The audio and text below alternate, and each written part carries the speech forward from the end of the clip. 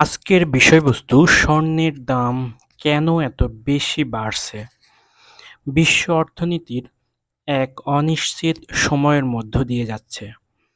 একদিকে যুদ্ধ, রাজনৈতিক উত্তেজনা ও বৈশ্বিক মুদ্রাস্ফীতি, অন্যদিকে ঋণের ভারে নড়ছে বড় অর্থনীতির দেশগুলো। মানে বড় অর্থনৈতিক দেশগুলো ঋণে জর্জরিত হয়ে রয়েছে।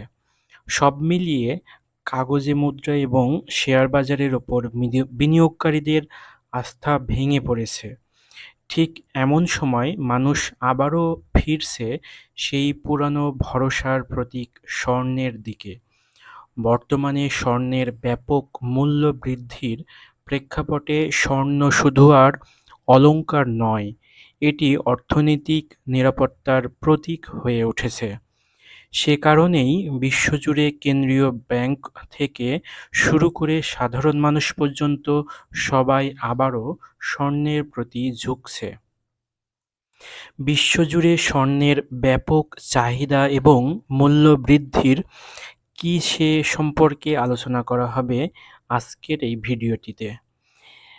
এখানে আপনি যদি মনে করেন যে স্বর্ণ আসলে কিভাবে দাম বৈশ্বিক বাজারে কিভাবে এর প্রভাব বিস্তার করেছে সেই সম্পর্কে বিস্তারিত আলোচনা করতে পারবেন, জানতে পারবেন। বিশ্ববাজারে স্বর্ণের দাম এখন ইতিহাসের শীর্ষে পৌঁছেছে। প্রতি আউন্স স্বর্ণের মূল্য $৪,০০০ ছাড়িয়ে গেছে, যা অতীতের সকল রেকর্ড ভেঙে দিয়েছে।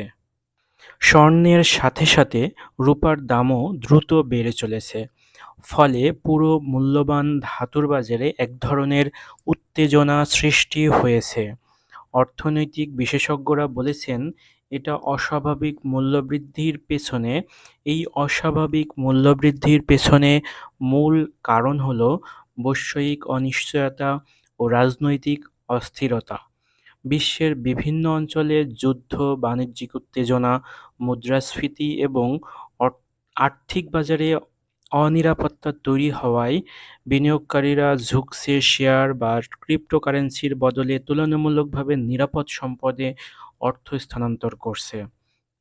ইতিহাসে বহুবার দেখা গেছে, যখনই বিশ্বের সংকট, যুদ্ধ বা অর্থনৈতিক ধস দেখা দেয়, তখনই স্বর্ণকে নিরাপদ আশ্রয় হিসেবে বেছে নিয়েছে বিনিয়োগকারীরা। এই মুহূর্তেও ঠিক সেই ঘটনাই ঘটেছে। ডলার দুর্বল হচ্ছে, শেয়ার বাজারে অস্থিতিশীল হচ্ছে আর বড় অর্থনৈতিক মন্দার আশঙ্কায় দুলছে। ফলে সবাই এমন একটি সম্পদ খুঁজছে যার মূল্য কখনো শূন্য হবে না। সেই জায়গাতেই স্বর্ণ আবারও হয়ে উঠেছে মানুষের বিশ্বাসের প্রতীক। সেই জায়গাতেই স্বর্ণের দামটা দিন দিন প্রচুর পরিমাণে বাড়ছে। যত বেশি অনিশ্চয়তা বাড়ে তত বেশি মানুষ স্বর্ণ কিনে, ফলে স্বর্ণের দামও আকাশচুম্বী হয়ে ওঠে। বর্তমান পরিস্থিতিতেও ঠিক সেরকমই ঘটনা ঘটেছে। বর্তমান বিশ্ব অর্থনীতি এক জটিল চাপের মধ্য দিয়ে যাচ্ছে। বিশেষ করে যুক্তরাষ্ট্রের বাজেট সংকট এখন বৈশ্বিক আর্থিক বাজারে অস্থিতিশীলতা ছড়িয়ে দিয়েছে। মার্কিন সরকারের অতিরিক্ত ঋণ, বাজেট ঘাটতি এবং রাজনৈতিক অচলাবস্থার কারণে বিনিয়োগকারীরা ভবিষ্যৎ নিয়ে আতঙ্কিত রয়েছে, যার ফলে অনেকেই নিজেদের সম্পদ এমন জায়গায় স্থানান্তর করতে চাইছে যা সবচেয়ে নিরাপদ, আর সেই নিরাপদ আশ্রয়স্থলই হলো স্বর্ণ। একে অর্থনীতিবিদরা আধুনিক যুগের গোল্ড রাশ বা স্বর্ণের দৌড় বলে অভিহিত করেছেন। অন্যদিকে যুক্তরাষ্ট্রসহ বহু দেশের সুদের হার কমানোর জন্য চাপ বাড়ছে, কারণ উচ্চ সুদের ফলে উৎপাদন খরচ বেড়ে যাচ্ছে, কর্মসংস্থান কমছে এবং অর্থনীতি স্থবির হয়ে পড়ছে। কিন্তু সুদের হার কমানো মানে মুদ্রাস্ফীতির নতুন ঢেউ তৈরি হওয়া, যা মানুষের সঞ্চয়ের মূল্যকে আরও কমিয়ে দিতে পারে। ফলে সাধারণ মানুষ এবং বিনিয়োগকারীরা উভয়ে এমন সম্পদ খুঁজে বেড়াচ্ছেন যা মুদ্রাস্ফীতির প্রভাব থেকে তুলনামূলকভাবে সুরক্ষিত থাকে। এক্ষেত্রেও একমাত্র নিরাপদ বিকল্প হল স্বর্ণ।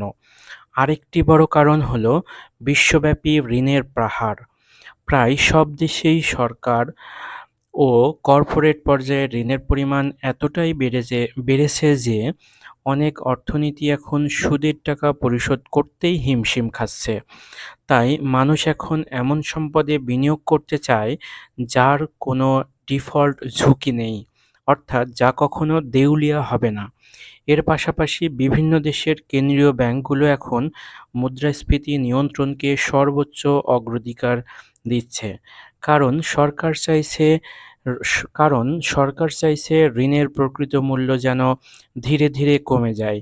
মুদ্রাস্ফীতি যত বাড়বে ঋণের বোঝা ততটাই কমে আসবে। এটাই এখন অনেক রাষ্ট্রের গোপন কৌশল। এই বাস্তবতায় শেয়ার বাজারের অনিশ্চয়তা, ক্রিপ্টোকারেন্সির অস্থিরতা এবং বন্ড বাজারে আস্থা কমে যাওয়ায় একমাত্র স্বর্ণই থেকে যাচ্ছে বিশ্বের সত্যিকারের নিরাপদ আশ্রয় হিসেবে। স্বর্ণ এমন এক সম্পদ যা কোনো সরকারের ব্যর্থতায় ডুবে যায় না, কোনো কোম্পানির পতনে ক্ষতিগ্রস্ত হয় না, বরং সময়ের সঙ্গে সঙ্গে আরও মূল্যবান হয়ে ওঠে। দীর্ঘদিন ধরে যুক্তরাষ্ট্রের বন্ড বাজারকে বিশ্বের সবচেয়ে নিরাপদ বিনিয়োগ ক্ষেত্র হিসেবে গণ্য করা হতো। অর্থাৎ কেউ যদি নিশ্চিন্তে নিজের অর্থ ধরে রাখতে চাইতো, তবে সে যুক্তরাষ্ট্রের ট্রেজারি বন্ডে বিনিয়োগ করত। কারণ এত শক্তিশালী অর্থনীতি এবং স্থিতিশীল সরকারের ঋণ আদায় নিয়ে কোনো আশঙ্কা ছিল না। কিন্তু সাম্প্রতিক বছরগুলোতে এই ধারণা ভেঙে যাচ্ছে। যুক্তরাষ্ট্রের বিপুল পরিমাণ ঋণ, বাজেটের ঘাটতি এবং রাজনৈতিক অস্থিরতা এখন এই আস্থাকে মারাত্মকভাবে ক্ষতিগ্রস্ত করেছে। মার্কিন সরকার প্রায়ই ঋণের সীমা বাড়াতে বাধ্য হচ্ছে, যা বিশ্বের বিনিয়োগকারীদের মনে এক ধরনের অনিশ্চয়তা তৈরি করছে। ফলে ঐতিহ্যগতভাবে ঐতিহ্যগতভাবে সেফ হেভেন বা নিরাপদ আশ্রয় হিসেবে মার্কিন বন্ডের ভাবমূর্তি অনেকটাই দুর্বল হয়ে পড়েছে। অন্যদিকে আন্তর্জাতিক রেটিং এজেন্সিগুলো যুক্তরাষ্ট্রের ক্রেডিট রেটিং কমিয়ে দিয়েছে, যা একসময় অকল্পনীয় ছিল। রাজনৈতিক বিভাজন, প্রশাসনিক অদক্ষতা এবং অর্থনৈতিক অস্থিতিশীলতাকে এর অন্যতম কারণ হিসেবে উল্লেখ করা হয়েছে। মার্কিন ক্রেডিট রেটিংয়ের অবনমন শুধু প্রতীকী নয়, বরং এটি মার্কিন ডলারের প্রতি বিশ্বের আস্থার ওপর সরাসরি আঘাত এনেছে। বিশেষ করে চীন, রাশিয়া ও অন্যান্য উদীয়মান অর্থনীতির দেশগুলো এখন তাদের বৈদেশিক মুদ্রার রিজার্ভে ডলারের পরিবর্তে স্বর্ণের পরিমাণ বাড়াচ্ছে। তারা বিশ্বাস করছে যে কাগজে মুদ্রা ক্রমেই ঋণের চাপে দুর্বল হচ্ছে এবং সেটি দীর্ঘমেয়াদে নিরাপদ নয়। ফলে আন্তর্জাতিক বাজারে এক প্রকার ডলারাইজেশন বা ডলার নির্ভরতা কমানোর প্রবণতা দেখা যাচ্ছে। এছাড়াও যুক্তরাষ্ট্র থেকে মূলধনের বহিঃপ্রবাহে বেড়েছে, যা ইঙ্গিত দিচ্ছে যে বড় বিনিয়োগকারীরা বিকল্প আশ্রয় খুঁজছেন। যখন অর্থনীতি ও রাজনৈতিক অনিশ্চয়তা হয়ে ওঠে, তখন বিনিয়োগকারীরা স্থিতিশীল ও নির্ভরযোগ্য সম্পদের দিকে ঝুঁকে পড়েন। আর সেই জায়গাতেই স্বর্ণ আবারও নেতৃত্ব দিচ্ছে। জাপানের পরিস্থিতিও এই প্রেক্ষাপটে যুক্ত হয়েছে। দেশটি সম্প্রতি তাদের মুদ্রানীতি শিথিল করেছে, যার ফলে ইয়েনের মান কমেছে। একসময় যে ইয়েনকেও নিরাপদ মুদ্রা হিসেবে দেখা হতো, সেটি এখন আর সেই অবস্থাতে নেই। ফলে নিরাপদ আশ্রয়ের প্রতিযোগিতায় স্বর্ণই এখন সবচেয়ে উজ্জ্বল বিকল্প হয়ে দাঁড়িয়েছে। বিশ্ব অর্থনীতির অনিশ্চিত পরিবেশে শুধু ব্যক্তিগত বা প্রাতিষ্ঠানিক বিনিয়োগকারীরাই নয়, বরং বিভিন্ন দেশের কেন্দ্রীয় ব্যাংকগুলো এখন বিপুল পরিমাণে স্বর্ণ কিনছে। একসময় কেন্দ্রীয় ব্যাংকগুলো মূলত মার্কিন ডলার, ব্রিটিশ পাউন্ড বা ইউরোর মতো বৈদেশিক মুদ্রার রিজার্ভ হিসেবে রাখত। কিন্তু সাম্প্রতিক বছরগুলোতে সেই দৃশ্যপট বদলে গেছে। এখন কেন্দ্রীয় ব্যাংকগুলো বুঝতে পারছে যে কোনো রাজনৈতিক বা অর্থনৈতিক সংকটে মার্কিন ডলারের মতো কাগজের মুদ্রা মুহূর্তেই পড়ে যেতে পারে, কিন্তু বিপরীতে স্বর্ণের মূল্য থাকবে স্থিতিশীল। ডলারের পতনের পেছনে একটি বড় কারণ হলো সাম্প্রতিক রাজনৈতিক বাস্তবতা।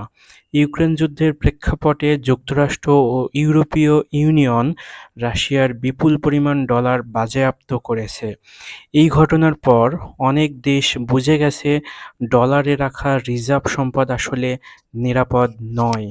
কারণ যুক্তরাষ্ট্রের যে কোনো রাজনৈতিক সিদ্ধান্তেই একটি দেশের কেন্দ্রীয় ব্যাংকের বিপুল পরিমাণ সম্পদ মুহূর্তেই জব্দ হতে পারে। ফলে তারা দ্রুত বিকল্প খুঁজছে। আর সেই বিকল্পের প্রথম নামই হলো স্বর্ণ। ফলে বিশ্বের বিভিন্ন কেন্দ্রীয় ব্যাংক এখন নিজেদের বৈদেশিক মুদ্রার রিজার্ভে স্বর্ণের পরিমাণ বাড়াচ্ছে। এর ফলে স্বর্ণের ওপর অতিরিক্ত চাহিদা তৈরি হয়েছে, যা দামের ঊর্ধ্বমুখী প্রবণতাকে আরও ত্বরান্বিত করেছে। ভূরাজনৈতিক সংঘাতেও এই চাহিদাকে আরও জ্বালানি দিচ্ছে। মধ্যপ্রাচ্যের যুদ্ধ, ইউক্রেন রাশিয়া সংঘাত এবং ইসরায়েল-ফিলিস্তিনি উত্তেজনা বিশ্বজুড়ে নিরাপত্তা ও জ্বালানি বাজারে অস্থিরতা তৈরি করেছে। এই অস্থিরতা যত বাড়ছে, বিনিয়োগকারীরা ততই স্বর্ণের দিকে ঝুঁকছে। ফলে এখন স্বর্ণ শুধুমাত্র গহনার প্রতীক নয়, এটি পরিণত হয়েছে আন্তর্জাতিক শক্তির প্রতীক এবং রাজনৈতিক ঝুঁকি মোকাবেলায় একে এক অনন্য অস্ত্রে। অর্থনীতি ও কূটনৈতিক এই অদৃশ্য যুদ্ধক্ষেত্র স্বর্ণই একমাত্র সবচেয়ে নির্ভরযোগ্য ঢাল। হাজার বছরের ইতিহাসে স্বর্ণ কেবল একখণ্ড ধাতু নয়, এটি মানুষের বিশ্বাস, সম্পদ ও নিরাপত্তার প্রতীক। প্রাচীন সভ্যতা থেকে শুরু করে আধুনিক অর্থনীতিতেও স্বর্ণের গুরুত্ব অটুট রয়েছে, কারণ পৃথিবীর প্রায় সব সমাজেই স্বর্ণকে সম্পদের মাপকাঠি ও আর্থিক স্থিতির প্রতীক হিসেবে দেখা হচ্ছে। বিশেষত ভারত, চীন ও মধ্যপ্রাচ্যের দেশগুলোতে স্বর্ণের একটি সাংস্কৃতিক ও আবেগীয় ভূমিকা রয়েছে। ভারতে এটি এখনও যৌতুকের অংশ হিসেবে বিনিয়োগকারীর অন্যতম মাধ্যম। অন্যদিকে মুসলিম সমাজেও স্বর্ণ নিরাপদ সম্পদের প্রতীক হিসেবে বিবেচিত হয়। ফলে মানুষের মনে স্বর্ণের প্রতি এক ধরনের গভীর বিশ্বাস তৈরি হয়েছে, যা কোনো আধুনিক কাগজে মুদ্রা দিতে পারে না। বর্তমানে এই বিশ্বাসই আবারও অর্থনৈতিক বাস্তবতায় রূপ নিচ্ছে। বিশ্বব্যাপী এখন কাগজে মুদ্রা বা কারেন্সির প্রতি আস্থা কমে যাচ্ছে। অন্যদিকে বিনিয়োগকারীরা বিকল্প হিসেবে স্বর্ণকে বেছে নিচ্ছেন, কারণ স্বর্ণের মূল্য কোনো সরকারের সিদ্ধান্তে বদলায় না, বরং স্বর্ণের স্থায়িত্ব একে বিকল্প মুদ্রা হিসেবে প্রতিষ্ঠিত করেছে। কারণ অন্যদিকে বড় বড় প্রাতিষ্ঠানিক বিনিয়োগকারী ও কর্পোরেট হাউসগুলো এখন স্বর্ণের প্রতি বিনিয়োগ বাড়াচ্ছে। এই প্রবণতাটি এক ধরনের সংক্রামক হিসেবে তৈরি করেছে। একজন বিনিয়োগকারী যখন স্বর্ণ কিনছে, অন্যরাও সেটি নিরাপদ সিদ্ধান্ত ভেবে অনুসরণ করছে। ফলে বাজারে স্বর্ণের চাহিদা ক্রমাগত বেড়েই চলেছে, যা স্বর্ণের দামের ঊর্ধ্বমুখী চাপ সৃষ্টি করছে। বাজারে বিশ্লেষকরা ধারণা করছেন এই ধারা অব্যাহত থাকলে আগামী বছরের শেষ নাগাদ স্বর্ণের দাম প্রতি আউন্সে $৫,০০০ মার্কিন ডলার পর্যন্ত পৌঁছাতে পারে। তার মানে পৃথিবী যতই ডিজিটাল বা ভার্চুয়াল হোক না কেন, মানুষ এখনো সেই পুরনো বিশ্বস্ত বস্তুগত সম্পদের প্রতি আস্থা রাখে। স্বর্ণনির্ভর নতুন মুদ্রা তৈরি করার জন্য চীন, রাশিয়া ২০২২ সালে গোপনে ৪০০ টন স্বর্ণ কিনেছিল। স্বর্ণ মজুদের এই পরিমাণ দিন দিন আরও বাড়ছে। স্বর্ণ মানের উপর ভিত্তি করে চীন এবং রাশিয়া কিভাবে নতুন রিজার্ভ তৈরি করেছে, সেগুলো আরও বিস্তারিত পরবর্তীতে জানানোর চেষ্টা করা হবে। এবং এই ধরনের যেই অনিশ্চয়তা বা স্বর্ণের প্রতি মানুষের নিশ্চয়তার যেই ছাপ, সেটি আসলে একদিনে তৈরি হয়নি, সেটি বিভিন্নভাবে বিভিন্ন মাধ্যমে এবং মার্কিন ডলারের আধিপত্য বা মার্কিন ডলারের প্রতি যেই এক ধরনের অনিশ্চয়তা বিভিন্ন দেশে যুদ্ধের কারণে তৈরি হয়েছে, এটির উপর ভিত্তি করেই মূলত স্বর্ণের দাম এখনো বেড়ে চলেছে এবং বর্তমান প্রেক্ষাপটে যা সামনে ধারণা করা হচ্ছে স্বর্ণের চাহিদা আরও বিপুল পরিমাণে বাড়বে, সেই সাথে স্বর্ণের দামও আরও অনেক বেড়েই যাবে বা বাড়তেই থাকবে।